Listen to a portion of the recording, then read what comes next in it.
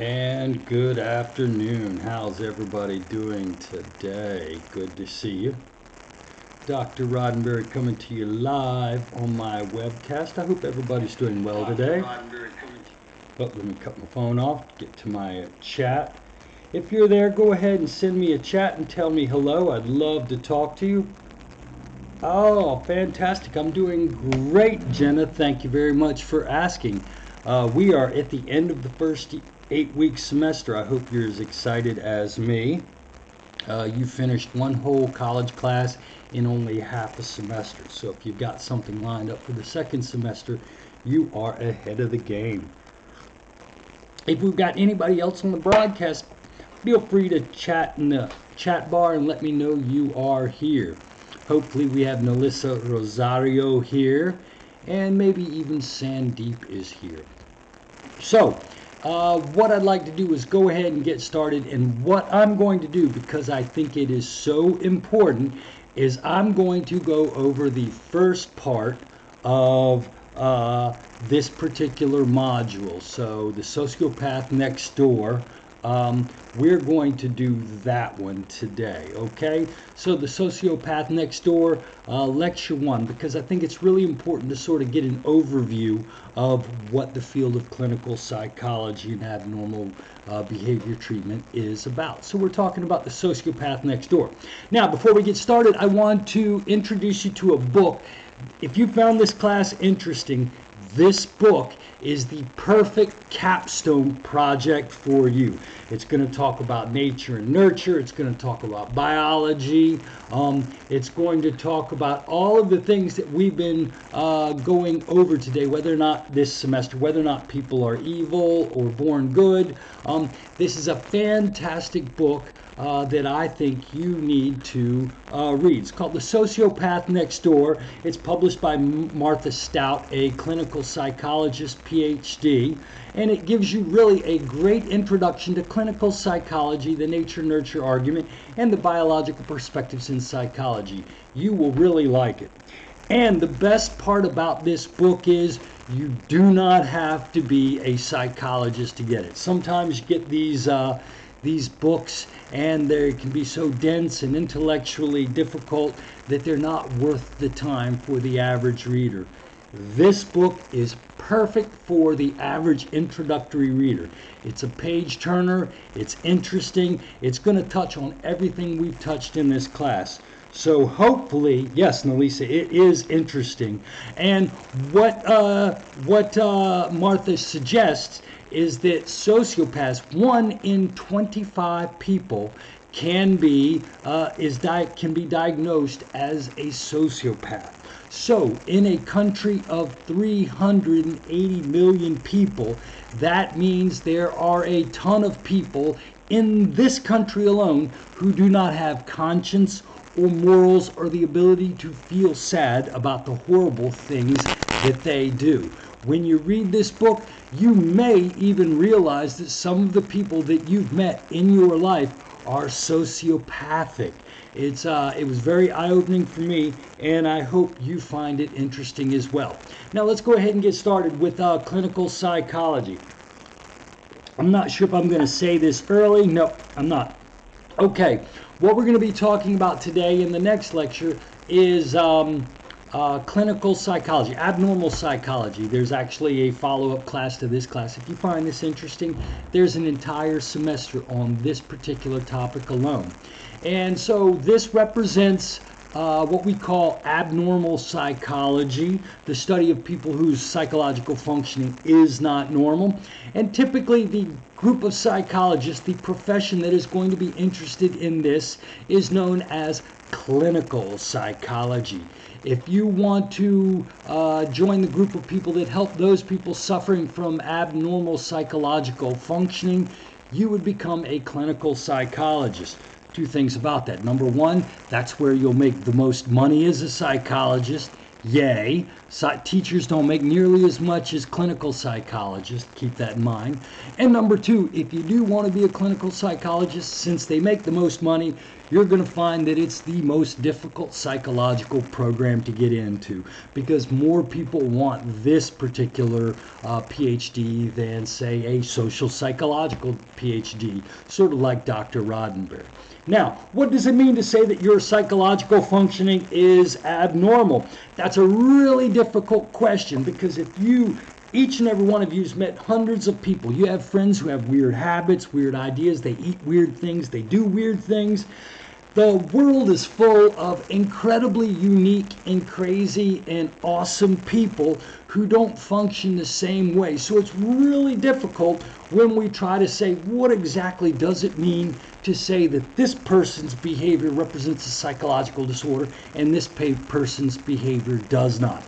Typically, what psychologists look for when we talk about behavior and we say that your functioning is abnormal, we're typically looking at sort of 4 characteristics. Does it deviate from the cultural norms so wildly that it doesn't fit in with our society? So there are some forms of sexual behavior, being into oh my goodness, those people, pedophilia, that deviates from the cultural norm. So that's seen as a psychologically abnormal behavior. I don't know if you know this, but before 1973, just being homosexual was considered an abnormal form of behavior because it deviated from cultural norms that much. So we asked the question, does it deviate from cultural norms? And cultural norms change, so behaviors change. Now, in the DSMs, homosexuality is not considered an abnormal behavior, but I just want you to know that it was a long time ago. The second thing we ask is this behavior maladaptive? Any behavior, syndrome, attitude, type of functioning that keeps you from doing what you need to do, keeps you from going to work, keeps you from going to school, keeps you from having successful relationships, is a form of psychological disorder. One of the reasons that we say that sociopathy is an abnormal behavior is because it is maladaptive. It doesn't really help you in. Sociopaths really have a difficult life because of their inability to build human connections and obey the laws and morals of the land. The third thing we talk about is whether or not your behavior syndrome causes you personal distress or threatens other people. I don't know if any of you have anxiety disorders or depressive disorders. Maybe you've been diagnosed as having anxiety disorder or major depression. It doesn't feel good, right? We think it's normal for people to feel good. So if you have a behavioral syndrome that bothers you, that causes you personal distress, that is a characteristic of an abnormal behavior. And furthermore, does your behavior cause discomfort and concern to others, right? So maybe if you have a drug problem, an alcohol problem, and you are doing dangerous things and potentially going to harm yourself, that might cause discomfort to other people. So when we talk about what it means to have a psychological disorder, we say it's any syndrome of behavior, any way of thinking, feeling, or behaving that deviates from the cultural norms, is maladaptive to your functioning, causes you personal distress, or causes other people to be unduly uncomfortable. Is that ambiguous enough? If I enjoy someone fighting in front of me, am I a psychopath? That's a great question, and it's hard to tell. Sandy, typically sociopaths don't have a sense of empathy. They don't have the ability to feel someone else's pain. I love a good fight just like you do, except most of the time I watch it on TV. But if you have the inability to feel others' pain, if you don't feel guilty about anything you've ever done, if you can hurt, steal, lie to another person, and you don't feel a single thing, then maybe you're a sociopath, Sandeep. But you're probably just like the rest of us, normal and struggling with life like the rest of us. And by the way, Nalisa, I saw that you said you love books. Me and you have another thing in common. I'm so glad to hear that about you. Great question, Sandy. Now, the weird thing is, now, those criteria I gave you sound pretty vague, don't they? Is it maladaptive? It makes you unhappy. The cultural norms suggest you shouldn't do that. Wow, is that the weakest thing you could possibly say? What kind of a definition for psychological disorders could you possibly give me? Could you give me anything weaker? I totally agree with you. Now, even though that's in the first chapter of the DSM, it says that this is what we believe psychological disorders to be. One of the big problems with psychological disorder analysis, one of the reasons that Tom Cruise, in his famous interview 20 years ago, called clinical psychology a pseudoscience, one of the reasons that we have so much difficulty treating people with psychological disorders, one of the reasons we still haven't figured it out is because nobody knows exactly what a psychological disorder is. Now, I will tell you, Sandy, Nalisa, Jenna, if you break your arm, you can go to the you can go to the medical doctor, and they're going to do an x-ray, and they will clearly see that break in your arm. If you have diabetes, they'll take some of your blood and measure the sugar level in it, and they can see that your sugar level is too high.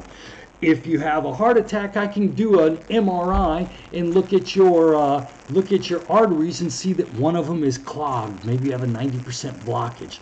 The thing with medical disorders is we can see exactly what it is in the person that's going wrong. We know a set of symptoms that go along with that disorder, and it's easy to differentiate being diabetic from having a broken arm from having a heart attack. That is easy, not easy, but we can do it.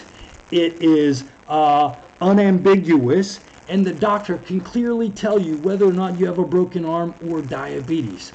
Unfortunately, that doesn't exist with psychological disorders. There's no depression bone you can break. There's no anxiety ligament you can tear. There's no biological way we can identify what is possibly wrong with your body.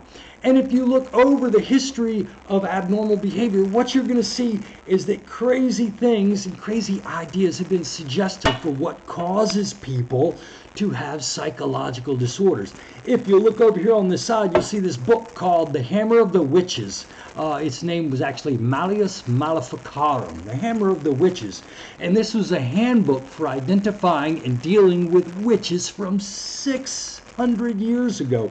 And in a sense, you can think of this as sort of the first manual on psychological disorders, because they thought that if you had a psychological disorder, it was because you were possessed of the devil or somehow. That was their explanation for what causes psychological disorders. And from 1486 to early in the late in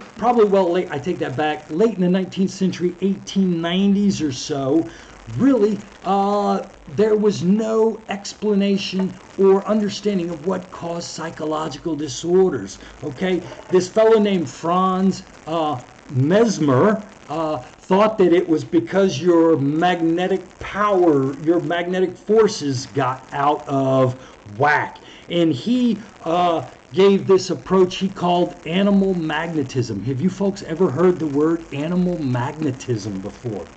It was used by this fellow Anton Mesmer, not Franz, Anton Mesmer, and he thought that that's why people had psychological disorders. So he would have people sit in tubs full of iron filings, and he would wave magnets around their head. And nobody really knew what exactly caused psychological disorders. Now, as a historical note, the first fellow to really kind of demonstrate a verifiable way of thinking about psychological disorders was this fellow named Emil Kraepelin. Emil Kraepelin was the first person to do what all these scientists were trying to do in the 1900s. He showed for the first time that you could differentiate between disorders based upon their symptoms. Now, if you've ever seen a person who's anxious or a person who's depressed, you're going to see that their symptoms a lot of times are quite similar. And if we can't tell two disorders apart, then we can't start diagnosing and treating psychological disorders. If I couldn't tell you the difference between a broken leg and diabetes, I couldn't treat them. But this guy, Emil Kraepelin, in the late 1890s, was the first person, I don't even know if he was right, but he was the first person to give people the belief that you could categorize psychological disorders using different characteristics, a different prognosis, the progression of the disease. And he was the first person to really identify this. And he was actually the first person to identify this syndrome we now know as schizophrenia. Back in the day, he called it dementia praecox, which was early dementia, right? But he was the first person to say that, hey, maybe we can start to use what you might think of as a medical model to psychological disorders. Now, in the medical field, they have lists of symptoms and ways that you can identify different medical disorders, and differentiate between them. And so a lot of psychologists were trying to do that, but Emil Kraepelin was the first person that satisfactorily demonstrated that you could identify disorders based upon different kinds of characteristics. So he's oftentimes known as the father of clinical psychology. People still believe these things in rural India, mostly women, because doctors weren't able to find the issue of their behavior. Absolutely, Sandy, that's a great reason. If we can't find the cause of it, then anybody's explanation can be legitimate. Now, I know these old village ladies probably in India are going to have some pretty ridiculous disorders, ideas, right?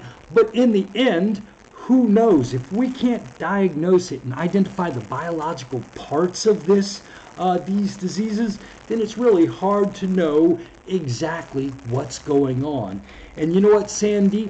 I hate to say this, but in the year 2023, we still do not know satisfactorily how psychological disorders are caused. Okay, we really, really don't. Now, what I want to introduce you to is a system. It wasn't developed by Emil Kraepelin. Some people think it was. It was not, and some of my students confuse that. Emil Kraepelin didn't, but after World War II, the work of Kraepelin had sort of blossomed, and this book was invented, if you will, written by a bunch of people. But this organizational system for thinking about psychologicals was created. It's called the DSM, the Diagnostic and Statistic Manual. This is the modern diagnostic system, and a book based on that system that all clinical psychologists use when they are learning about psychological disorders and treating them. If you look at this book right below me, it's in the 5th revision, and basically it is a book of disorders and the symptoms of these disorders, okay? Now, if you look at the DSM, you can get a DSM and look at it, and what you're going to find is in the first chapter, they're going to tell you how to use the book. And they're also going to say, Nelisa, even though you're a good reader and you love to read, you're not a clinical psychologist. Don't use this book. You can go buy this book, and I have some friends who are not psychologists and buy this book, and they look through the book for symptoms. And if you're an untrained person and you look through this book, you can find yourself a disorder that you have. And I have a couple of friends that doctor shop and pill shop because they think they have psychological disorders. Now, if I told you this is hard for trained clinical psychologists, it's impossible for you to do. But this book, the first chapter tells you how to use the book and also gives you a warning. Now, the second part of this book are going to be chapters that list each of the psychological disorders. There's a whole chapter on anxiety, and all of the different ways you can be anxious. There's another chapter on depression and all the ways you can be depressed. There's a chapter on psychotic disorders and all the ways you can have schizophrenia or other psychological disorders. There's an entire chapter on psychological disorders that just come to children. There's a whole chapter on psychological disorders that involve eating. And there are tons and tons of chapters, and each of these chapters has sort of the, if you will, the family of disorders. And it gives you the diagnostic criteria. Remember, Emil Kraepelin was the first person to suggest that we could find criteria that would help us distinguish one disorder from the other. And each of these chapters tells you what each of these disorders are. And then in the back of the textbook, since we still really don't know what's going on with psychological disorders, there's a lot of debate about whether or not this book is right or wrong. So if you look in the appendix of this book, it's actually going to have the part where the psychologists discuss the most current debates that are happening in psychology. As I suggested to you, in the DSM version 2, being homosexual was a psychological disorder. After debate and research, in DSM-3, that disorder was removed out of the book because it was realized that that was not a psychological disorder. Have any of you, it's a Wikipedia for disorders. That's a great way to think about it. Yes, actually there's a syndrome called, oh my goodness, what's that syndrome where people think they have Munchausen? Munchausen's syndrome is a very famous syndrome where people think that they have a psychological disorder. And it's very common for clinical psychology students to look through this book and see that they have each of these disorders. You kind of have to be careful. I'm not in a clinical program, never been in one, but I'll bet you the first semester they probably warn their students, as you read this Wikipedia for psychological disorders, be careful because you really don't have these disorders. Okay? But this is a great book. Now, Sandeep is from India, so if Sandeep was to go to a clinical psychologist in I think you said you're from Jaipur. If you went to a clinical psychologist in an international setting, they would probably be using this thing called the ICD. Now, this was developed by the World Health Organization, and this handbook lists all of the medical disorders like diabetes and heart disease, as well as all of the psychological disorders together.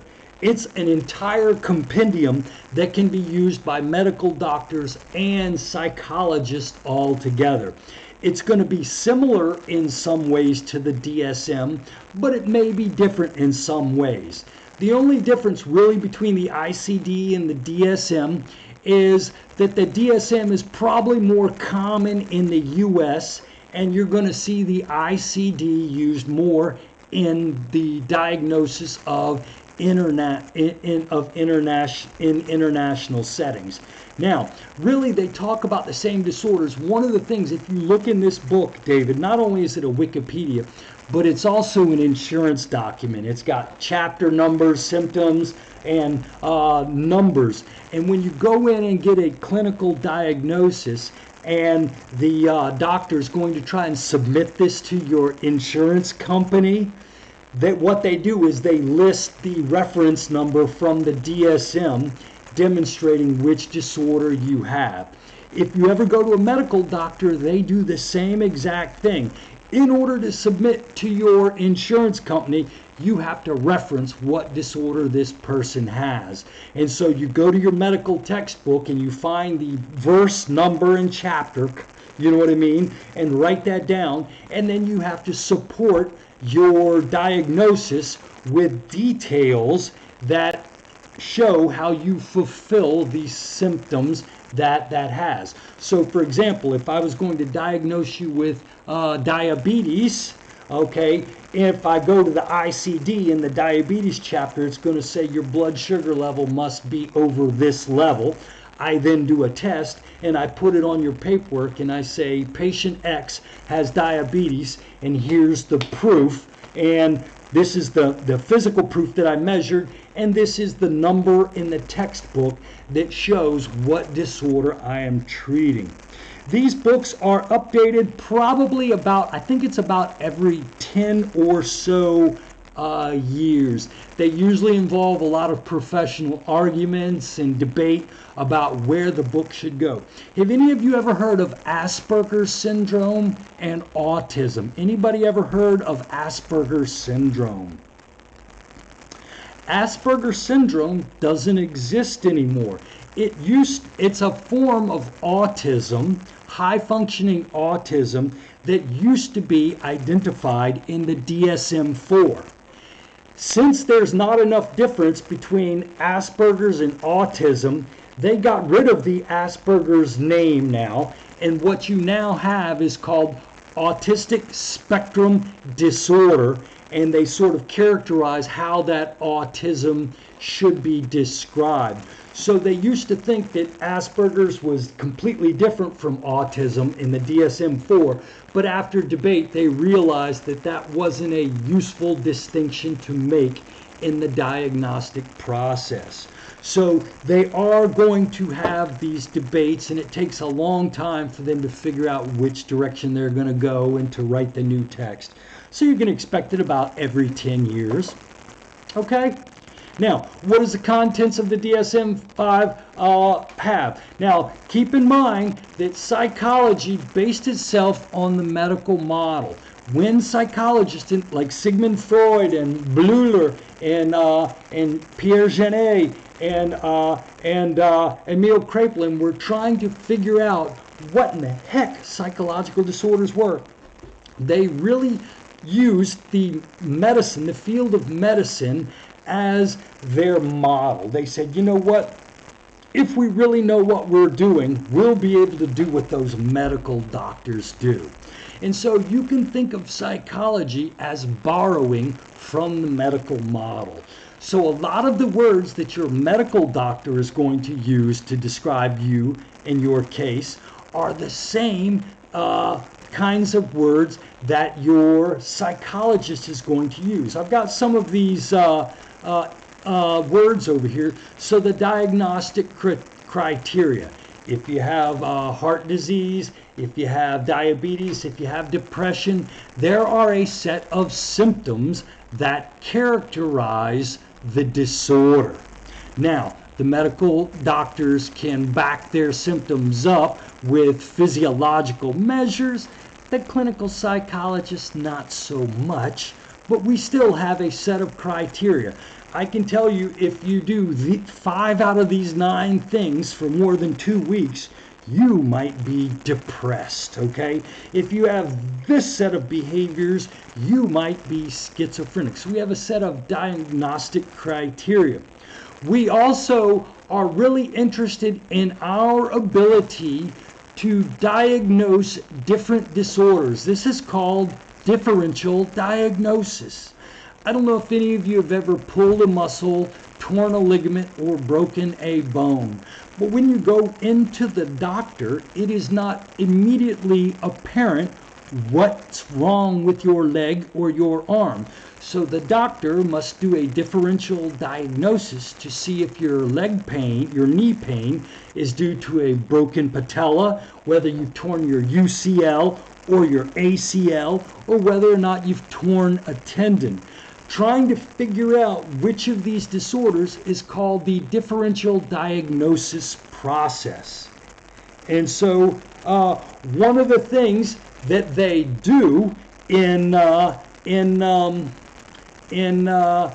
psychology is we attempt to find ways to differentiate between different disorders. So if you look underneath me, this is sort of a picture of what we're thinking about.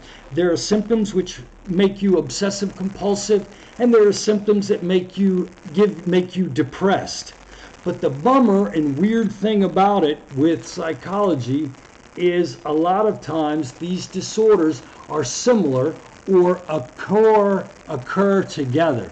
If different syndromes tend to occur together, we sometimes call it comorbidity, and we'll talk about that later. I'd like to stop real quick. Yes, this is my last class for this semester, Sandeep. This is an 8-week class, but look for my next class if you want to come back in and see the first few lectures of the semester. It's the same 16 lectures, so I don't know how interesting it would be to you. But if you're interested, Sandeep, maybe I'll create some more broadcasts if you're interested. Right? Now, surgery recovery, yes, it does look recovery. My son tore his ACL, and it was about a 6-month recovery. Wow. I am so glad to hear Nalisa and Sandeep say that. As a teacher, that's one of the things that really validates us and makes us feel good. So I do thank both of you for saying that. Do I know how often misdiagnosis happens?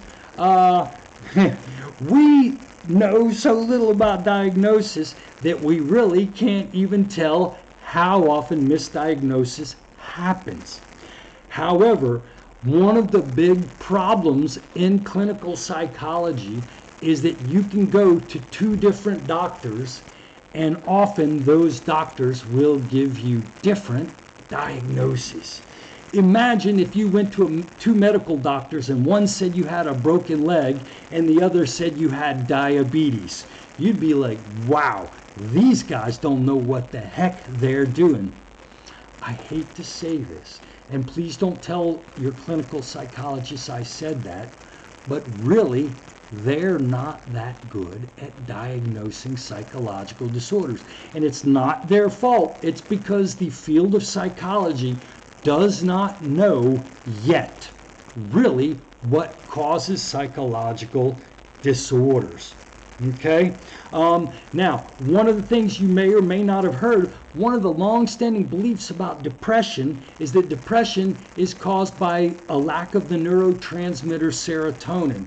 So everybody who takes depression medicine is taking a medicine that's designed to increase the level of this neurotransmitter in your brain. In the last year, research has come out which has definitively said that serotonin is not the cause of depression.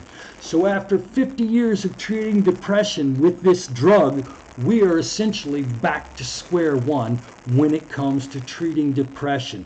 Now, don't get mad at clinical psychologists. Don't think that psychology is a failure.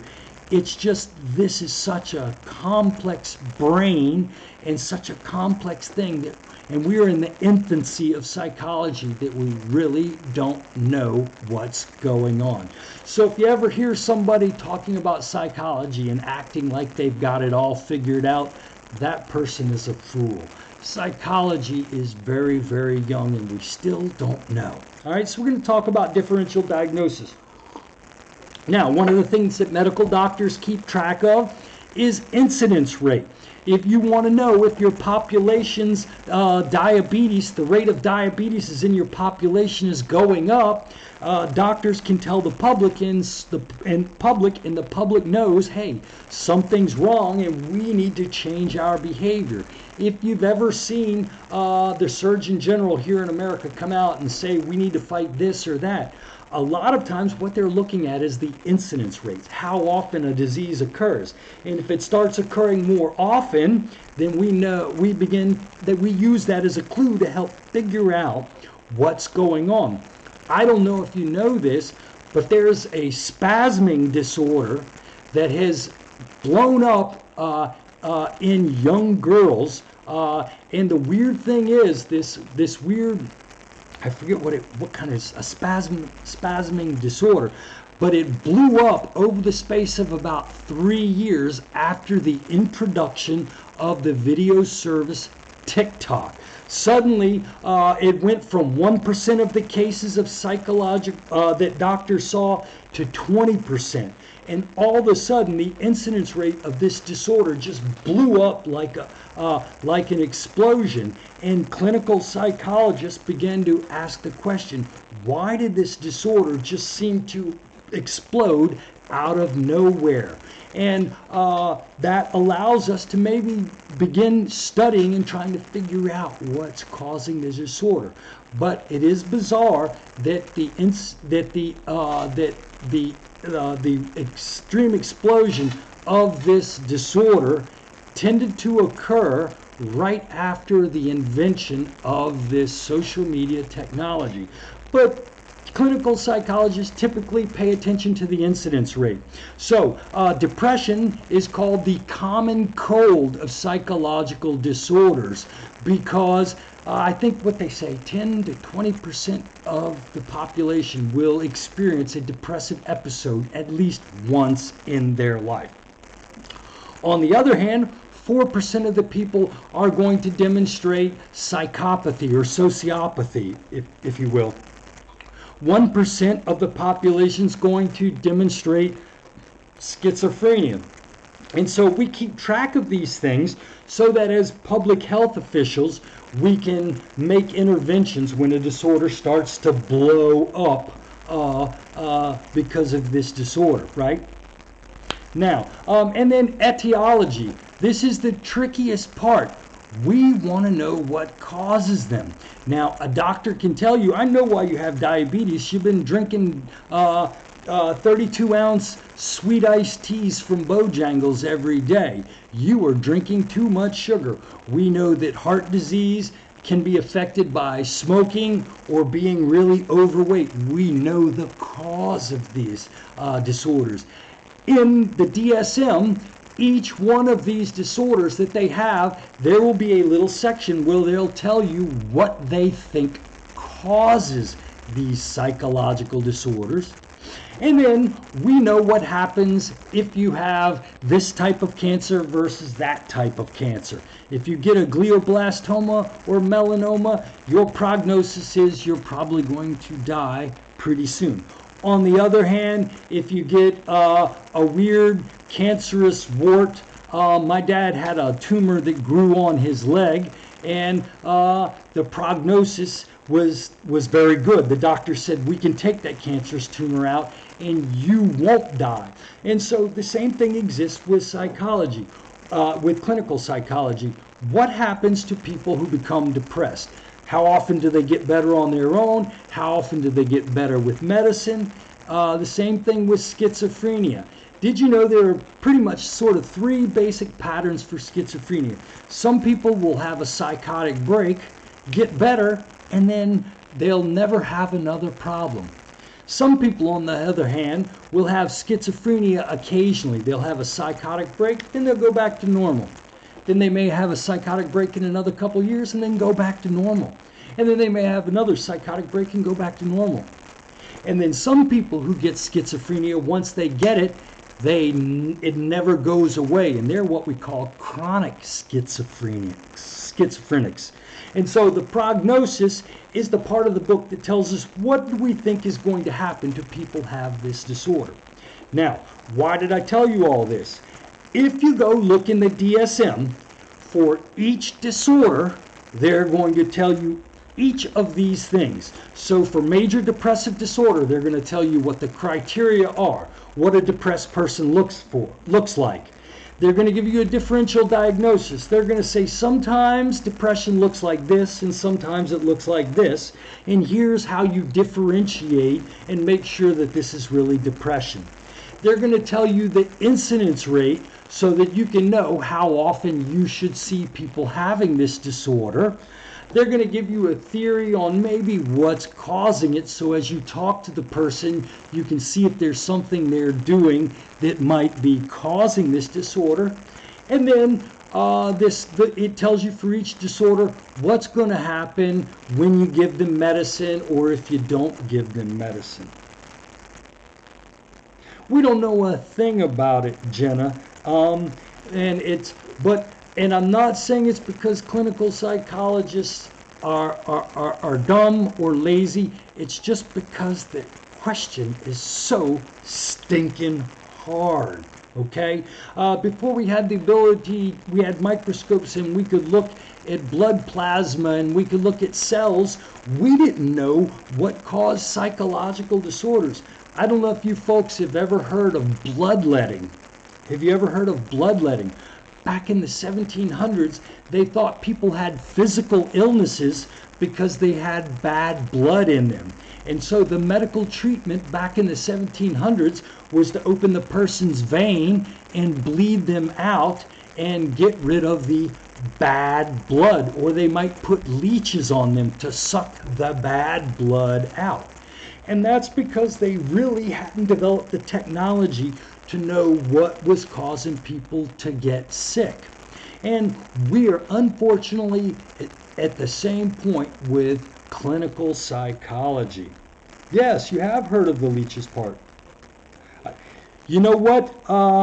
I tell you what, Sandeep, if you want to buy the book for your purposes only, go look at, get a copy of 4 or 3. I'll bet you can get a used one cheap. Don't get the new one.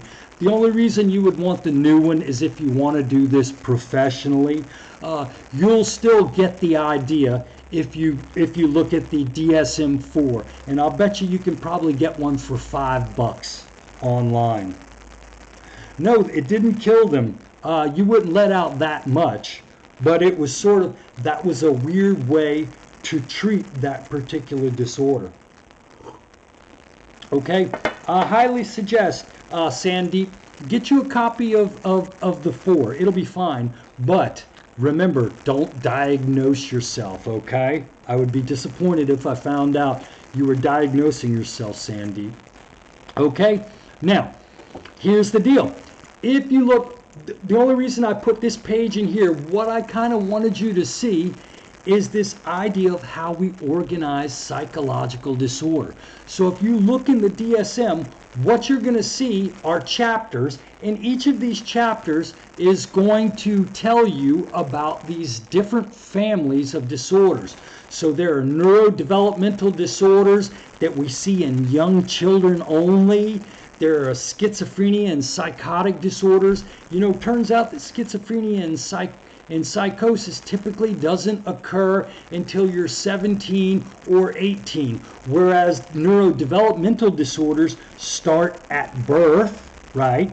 Then there are bipolar disorders. Now, bipolar disorders are different than depression. Bipolar disorders include depression, but they also include mania. So people people whose emotions swing too strongly from left to right may be diagnosed with bipolar.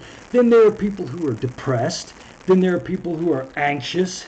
Then there are people who are obsessive compulsive. I'm sorry, Nalisa asked a question about obsessive compulsive disorders.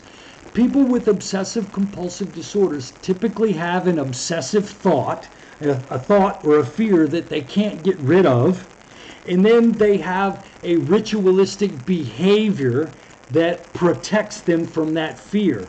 But that behavior doesn't make the fear go away forever. So they have the fear, they engage in the behavior, the fear goes away. A couple of minutes later, the anxiety comes back, then they engage in the behavior.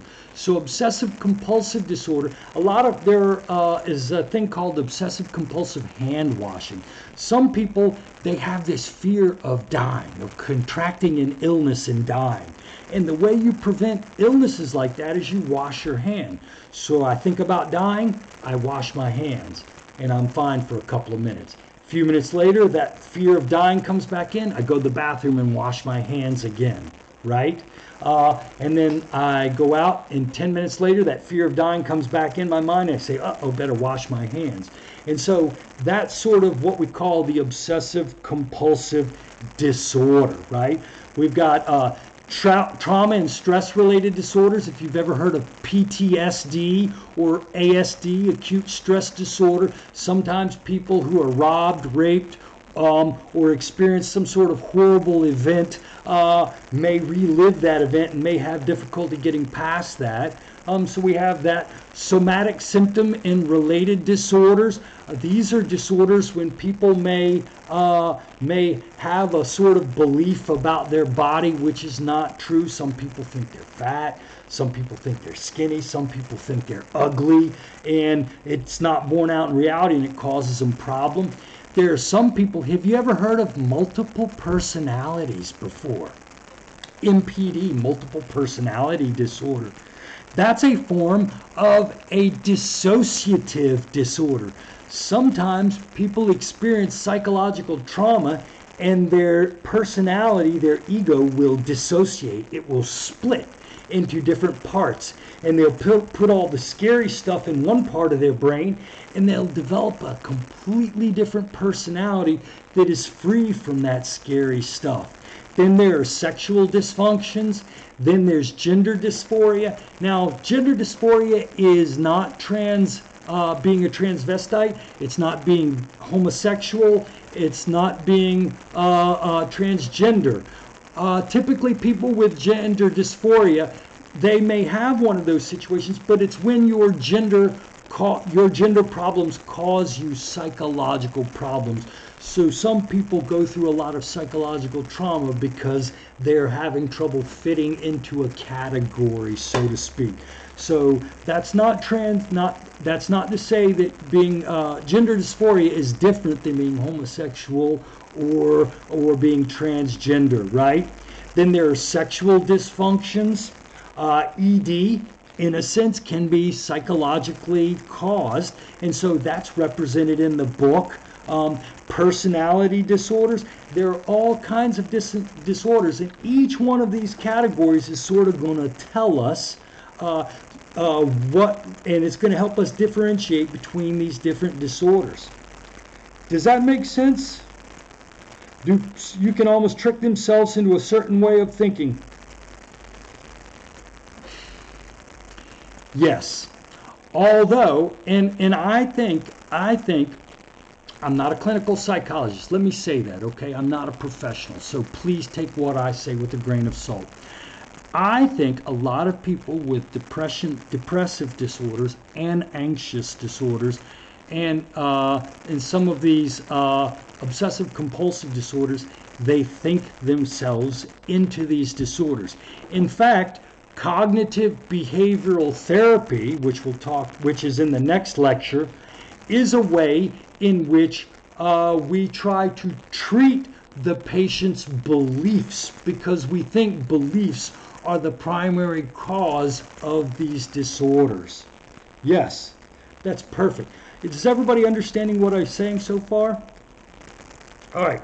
Now, there are some disorders that we think we can identify based on areas of the brain or chemistry. However, like I said, I would evaluate these claims very, very critically, because if you look at this blue area, which they say your prefrontal cortex is related to body dysmorphic disorder, that's probably 30 million neurons right there. And you're going to tell me somewhere in those 30 million neurons, that's your problem. That's not a very specific answer, right? But if you look in the DSM and if you study a little bit about abnormal psychology, they're going to say that sometimes we think we have evidence where we can point to different parts of the brain that can be implicated in psychological disorders. What you're going to see is a lot of your anxious, neurotic, and sort of thought-related disorders are going to be related to this prefrontal cortex. Remember when we talked about emotions last week, and I talked to you about the prefrontal cortex and its connection with the amygdala and its ability to control our emotion functioning? Well, there are disorders that we think we can localize to different parts of this control mechanism called the frontal lobe. So some people think that your anterior cingulate cortex is related to hoarding disorder, your prefrontal cortex for body dysmorphic disorder, and we think that some people, their obsessive compulsive disorder comes from problems in their orbitofrontal cortex. Now, what's the evidence for this? If you look over here, you're going to see how, in a sense, weak and ambiguous it is. So what they do is they'll bring people in. So for these particular studies, this obsessive compulsive disorder, they brought in control subjects that weren't diagnosed as having obsessive compulsive disorders. Then they had a group of people who do have obsessive compulsive disorders. They've been diagnosed, and then they put them through their paces in a PET scan machine. And a PET scan measures which part of your brain is active.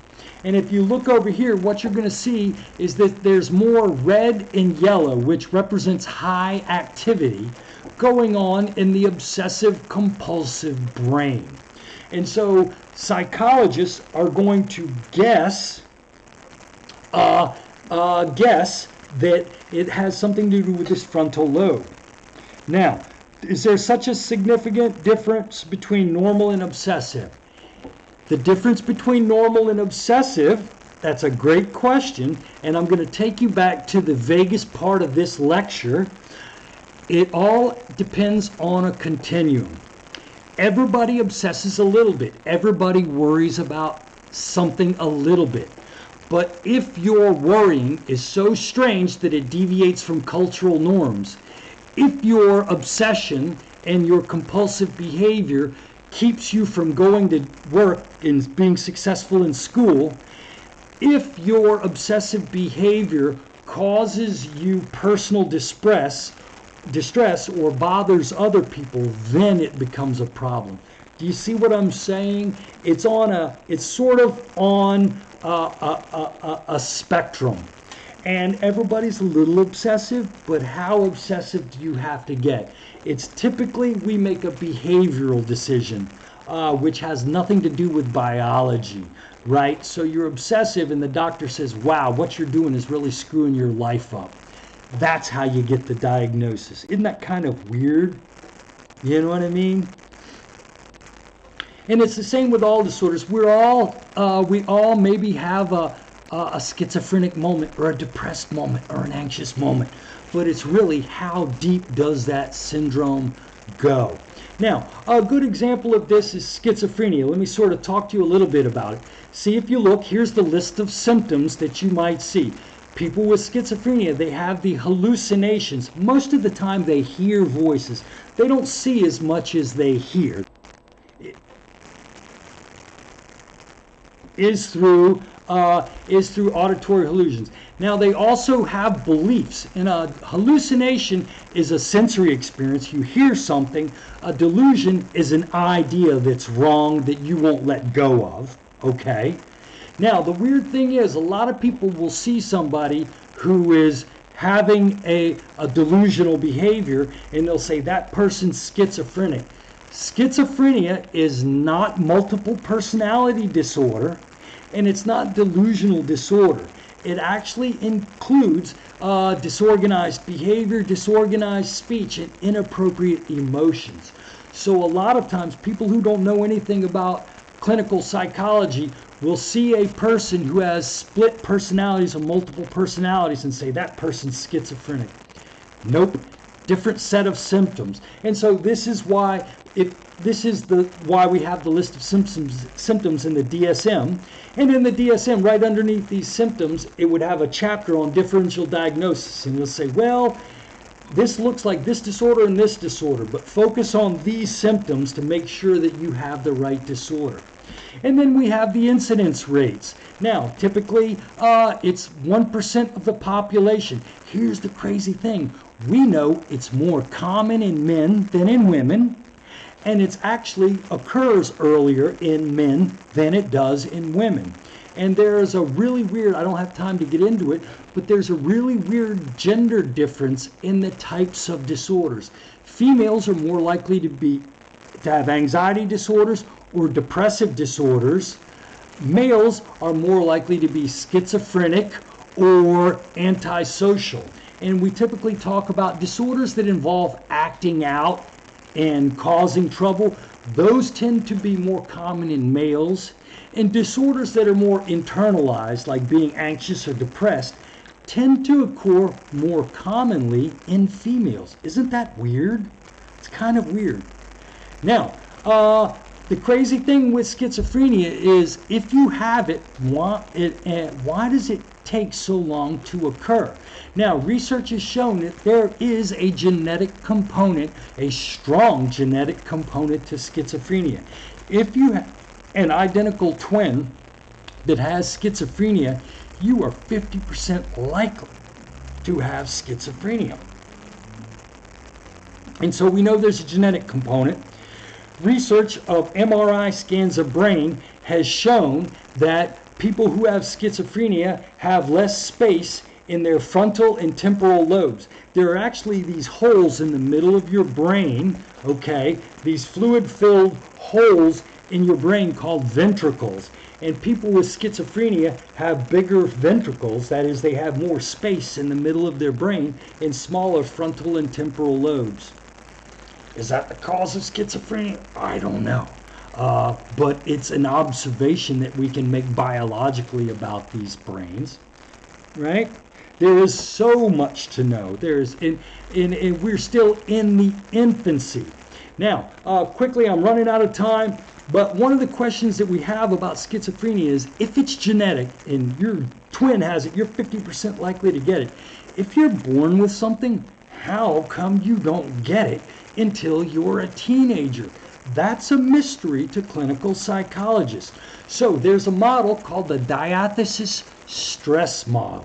And what this model suggests is that you have to have both a genetic predisposition and something has to happen to you.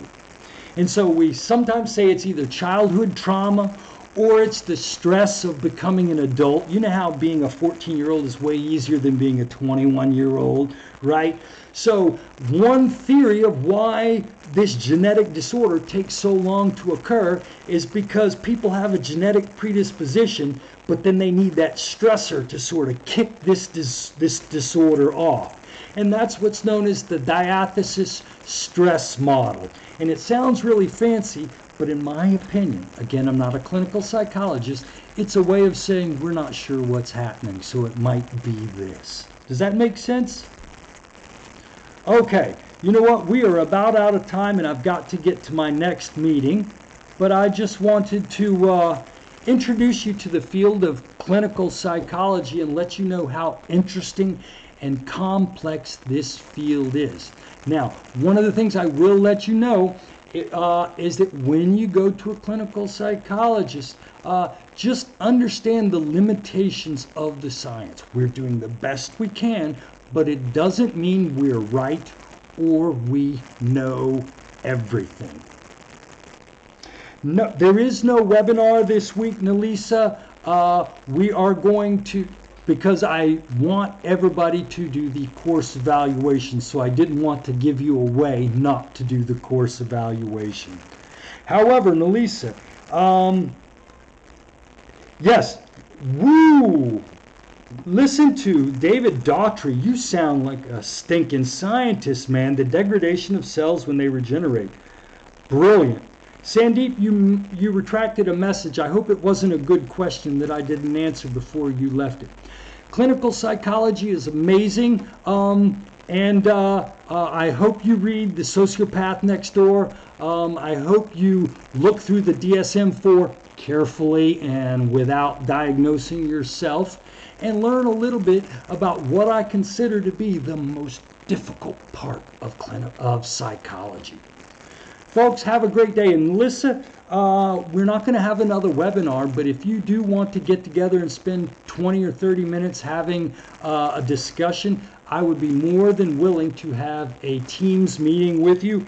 And Sandeep, if you'll send me your email, I would be more than happy to schedule this meeting so that you could come to it as well.